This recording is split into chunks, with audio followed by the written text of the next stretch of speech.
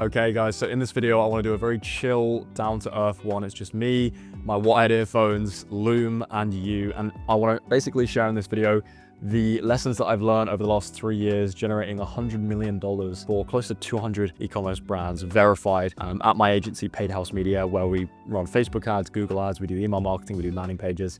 So pretty much e-commerce marketing is what I do all day, every day. And as I said, I've been doing this for a while now. So I kind of want to distill all of the learnings and the lessons into this little whiteboard here for you. Okay, and this is going to be useful for you whether you're just getting into e-commerce or you're a little bit more experienced and you're doing 7 figures or maybe even 8 figures, who knows? You know, there's no harm in relearning the basics. And if you're a media buyer watching this as well, this will be useful for you because it's so important that you understand your clients and you understand e-commerce. It's so much more now than just media buying and pushing buttons. You really have to understand the whole picture, and that's what I'm going to try and break down in this video. So in my view, there's really only 2 parts to growing an e-commerce brand, right? We've got acquisition of customers, and then we have the retention of those customers, right? It's almost the same with an agency business as well. You know, it's really just a question of acquisition, or as it is more kind of technically known, CAC, right? So your cost to acquire a customer. And then retention, so the lifetime value of that customer. How much does it cost you to acquire a customer, and what does that customer pay you? CAC to LTV is the most important equation in your business, as I'm sure you've heard before. Now, acquisition obviously breaks down into a few functions. We're going to need traffic, right? We're going to need people to visit your products. And by the way, this is all assuming that you have a product ready to sell. Marketing is obviously upstream of product. You can't do marketing or even good marketing, really, in my opinion, if you don't have a great product with benefits, with key features, etc. I'm no expert when it comes to product market fit, so I won't be speaking on that today. I'm just going to talk about the marketing side of things. So we're going to need traffic, okay, to go ahead and hit that product. Obviously, that product's going to be hosted on some kind of website or landing page for that traffic to obviously assess whether they want to purchase that product. And that's where, you know, you've got conversion rate coming into play, okay? And so, you know, you've got traffic, you've got conversion rate, basically who's hitting the page and how many of those people are purchasing. And that's really going to give you the amount of buyers that you get, right?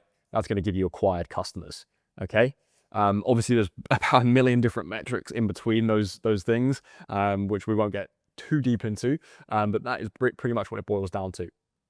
And then on the retention side, when you have that buyer, well, that buyer is going to, on average, be, you know, producing a certain dollar figure for your brand in regards to how much are they spending on your site on first purchase. So that buyer is going to have an AOV, okay? But what you have to understand, of course, is that e-com goes beyond just your average order value on the first purchase. The idea is that your customer is going to make multiple purchases. Now, this depends on what brand you have, right? If you've got a high ticket brand, like you're selling saunas or you're selling maybe a product that you just don't tend to buy a lot of times, could be an expensive piece of tech, then there's perhaps not too much of an element of LTV there. But I think, to be honest with you, you know, most brands that crush it in 2025 have a very solid LTV. It might not be that you can sell them the same product again, but you can sell them different products. You can cross-sell them other products, all right? Exact same for me in my service business, right? It's like I acquire a customer from ads. They tend to purchase one service from us. And then the idea is, well, obviously we want to retain them on that service, sure. But if it's more of a one-time thing, well, we might not be able to retain them on that service, then we can cross-sell them other services. Exact same as e-com. It's funny how similar these businesses really are when it comes to products and services. But anyway, so they've got an AOV, but then of course, ideally we want to have repeat purchases, okay? So we'll call that, you know, RP. And then that is going to give us our lifetime value. And obviously lifetime value, you can break that down, your lifetime value over 3 months, over 6 months, over 9 months, over 12 months, etc. But the aim of the game is to get a good CAC to LTV ratio, right? Whereby, you know, it's costing you, let's say, $50 to acquire a customer. So your CAC is 50, okay? And then your AOV on your site might be, let's say 100, okay? That's a pretty good shake up already. So you're probably profitable on first purchase if you're paying $50 for a customer and getting $100. Now, obviously, as you know, e-com comes with a lot of costs, right? So that's what you're paying, you know, probably Facebook and Google and Instagram to acquire a customer, okay? You know, and we'll touch on that in a second here when we get to traffic, but that's your CAC. And there's probably a lot of different ways you can look at CAC. You can probably include your own, like you could include agency fees into that CAC if they're the ones responsible for managing your ads, or, there's a lot of different ways to skin a cat here, but let's just assume that we'll keep it simple. That's just how much it's costing you to literally spend on advertising, on marketing to get a $100 purchase, which of course is going to get you an ROI there of a 2x, right? But of course, it's not all sunshine and rainbows, because we know that you've then got, you've got your shipping costs, you've got your agency fees or contractor fees, you've got obviously your team payroll, you've got your, blah, blah, blah, blah, blah. You've obviously got your COGS, right? That's probably the most important one that I've just missed there. So for that $100 AOV, what is your kind of average COGS on that? Right. So, hopefully you've got something like 75% profit margins. That'd be great. Because then obviously it's going to cost you, on average $25 for that. So you're going to make a gross profit of $25, which is probably going to get eaten up by these things here potentially. But it's not all doom and gloom, because if you have then, let's say, an LTV of $200, right? So, over the course of a customer lifetime, they're actually going to spend double what their AOV is with you. Then you actually have an eventual ROI of a 4x, and you probably have you do have a lot of realized profit on the back end, and you might have an extra $100 here of profit, right? Because it's not costing you necessarily very much to get these repeat purchases to occur. Okay, and we'll get into how you get those repeat purchases to happen in a second here, but let's talk more about traffic. So traffic, right? So what do we do to get people to our website and to convert? Well, it's pretty simple. What we do is we have a choice of platforms, right? Now, I'm a massive paid ads guy. I'm not going to sit here and talk to you about organic growth and influencer marketing and TikTok shop and things like that. Those methods work, but let's be honest here, guys, like if you want to reliably grow a business, an ecom business especially, you need paid ads. And paid ads are the quickest way to get off the ground as well. So we're going to talk about paid ads here in this video. In terms of paid ads and being able to generate traffic on demand, you have platforms like Meta, you have platforms like Google, and really you should kind of stop right there, because if you haven't squeezed all the juice out of these two platforms, you shouldn't even think about expanding onto things like TikTok and Snapchat and Pinterest and all of these other traffic generation platforms, because you're spreading yourself too thin. You need to go through and master each one and squeeze all the juice out of it before you move on to the next one. That's just a lesson that I've learned. And I actually believe that every single brand should start on Meta, because Meta is the best at low scale, so low spend. Google works great and it's very consistent, but it requires, in my experience, a lot of spend to get there. If you look, a lot of people are going to tell you a lot of things. You can make Google work on $100 a day, but like if you don't have 10 grand a month at least to throw at Google, it's going to be a long time before that channel really starts hitting for you. Maybe even 1K a day. I'm gonna be honest with you guys. Okay. But Meta, very good at very, very effective at low spend. Okay. So if you've only got $2 grand, $3 grand to throw at ads, that has to go on Meta for sure if you're a beginner. And then once you've and you're also going to get the quickest feedback loops from Meta as well, because Meta is just faster. I don't know how else to put it. It's just faster. You put spend in, you get results very quickly. If it works quickly. If it doesn't work, it fails quickly as well, right?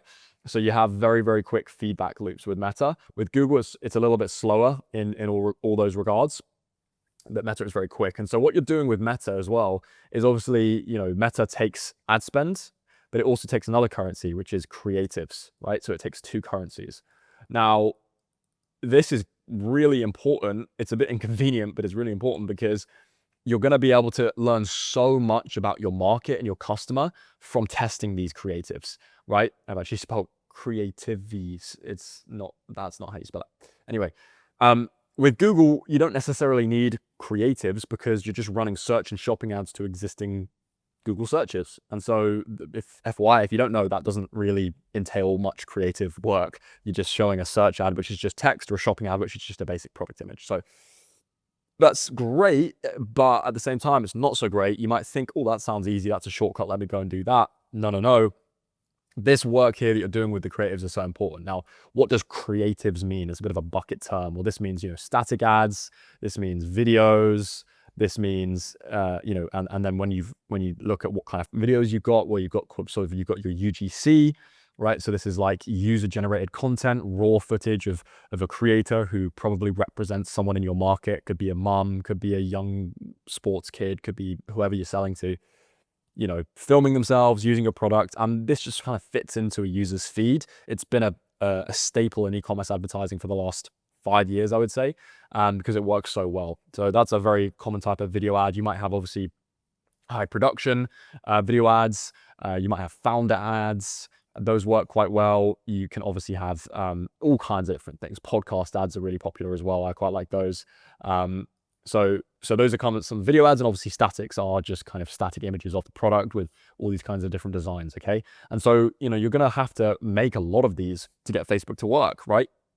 Now, in terms of how many do you want to make, I would say you want to be releasing at least a batch per week when you're in those early stages of sub 1K a day in spend.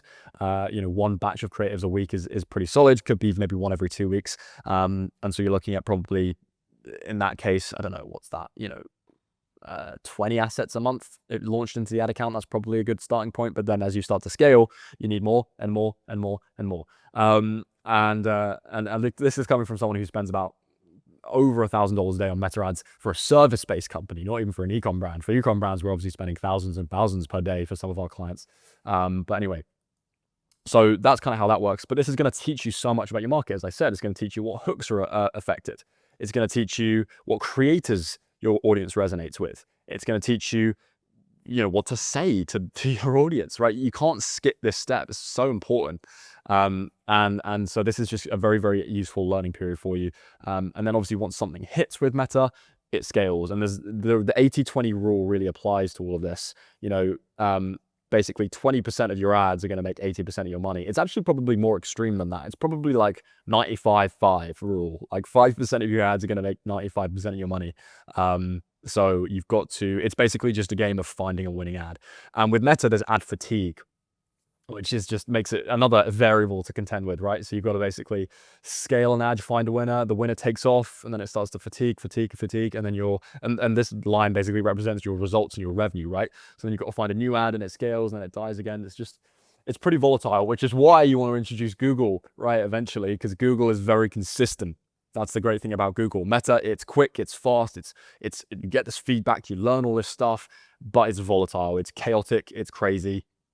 I don't like it. You can get consistent results, sure, but nothing beats the consistency of Google. Okay, you know, I'll flash up a screenshot of our manager account. Like it's literally like a horizontal line. It's like spend is the same, revenue is the same, obviously with a slight uptick, you know, as we slowly grow our clients, but it's very slow, very steady, very consistent. Okay, and Google, you know, 80% of your money is going to come from your search ads and your shopping ads. Okay, listen, I've done Google ads. I've generated close to $100 million with Google ads. This was how I got my start. So I really know as much as you need to know.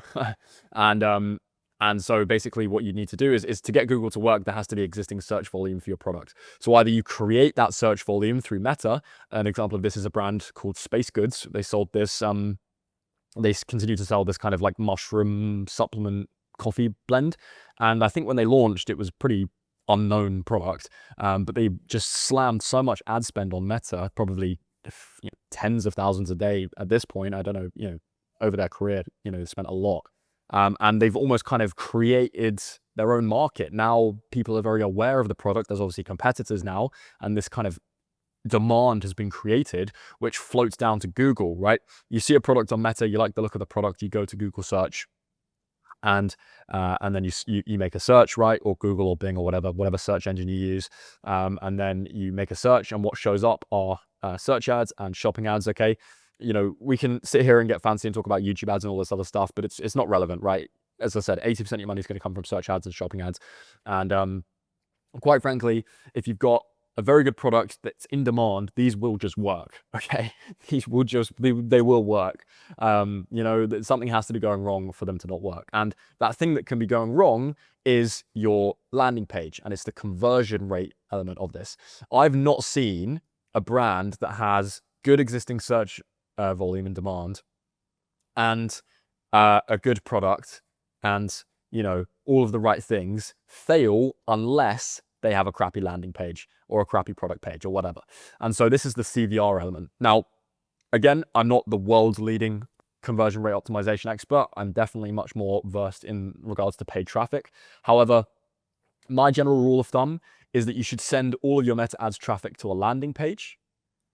And that landing page should ideally match the angle of your creative.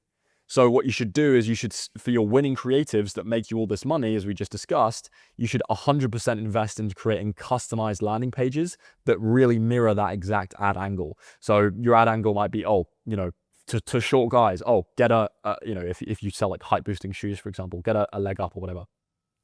Get more confidence, finally reach 6 foot, whatever, that's the angle. Make a landing page around that. That's the headline, that's the copy, that's the images.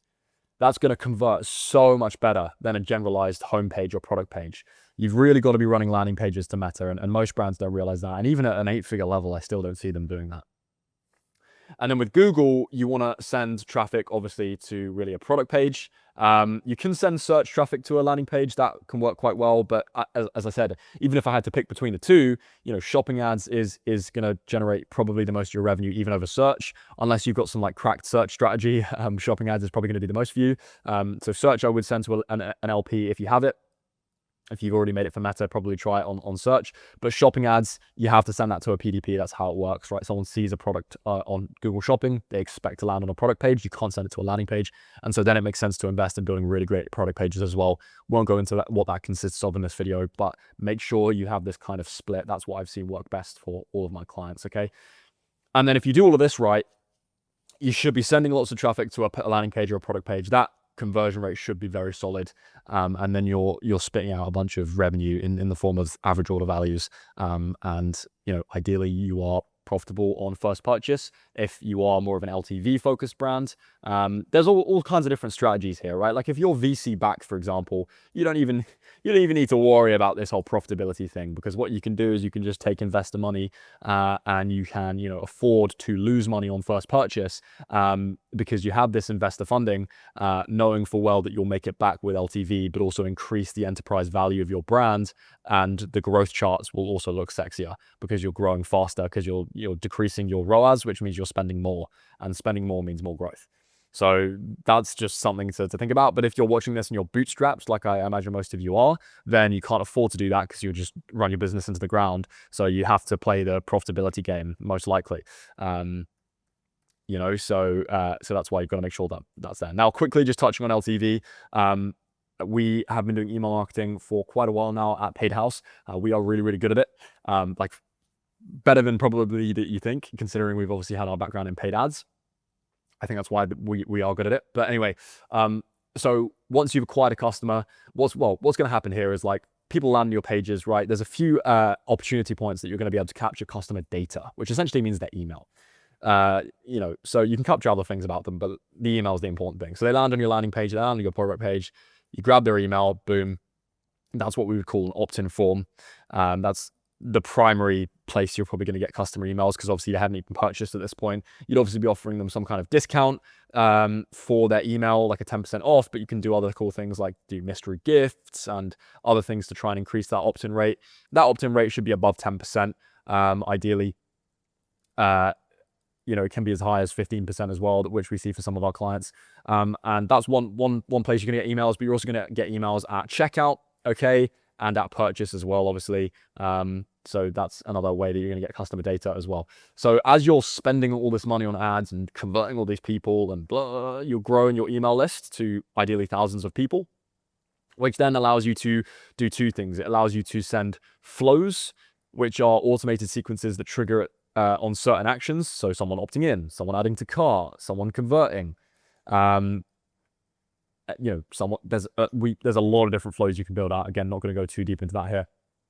But you need to have flows, and if you don't have flows, you're in trouble. And your flows and your campaigns, by the way, which is the next part of this, campaigns should be generating around equal amounts of revenue for your brand. And if they're not, then you should also look into why that is. And then you've got campaigns, which you're obviously going to send on a monthly basis, right?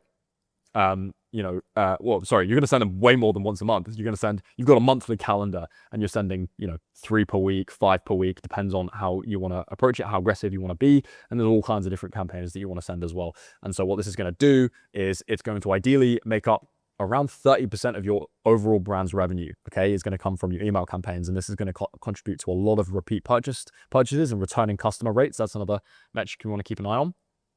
And it's going to allow you to really fully realize that LTV and get this equation to what we would like to see is really anything over a 3x is pretty healthy, to be honest with you, CAC to LTV wise. So, if you've got a CAC of $50 and your LTV ends up being $200, well, you are doing very, very well, my friend, because now your CAC to LTV equation is a 4x, and that is a very healthy brand. So that is my whistle-stop tour of e-commerce marketing. Hopefully you enjoyed this video. I know it was a bit random, but I just kind of wanted to spew this out there and just, have fun. So if this was valuable and you do want help with your own brand's marketing at any of these stages, you can click the first link in the description to speak with me or my team. Other than that, thanks for watching, like and subscribe, and I'll see you in the next one. Peace.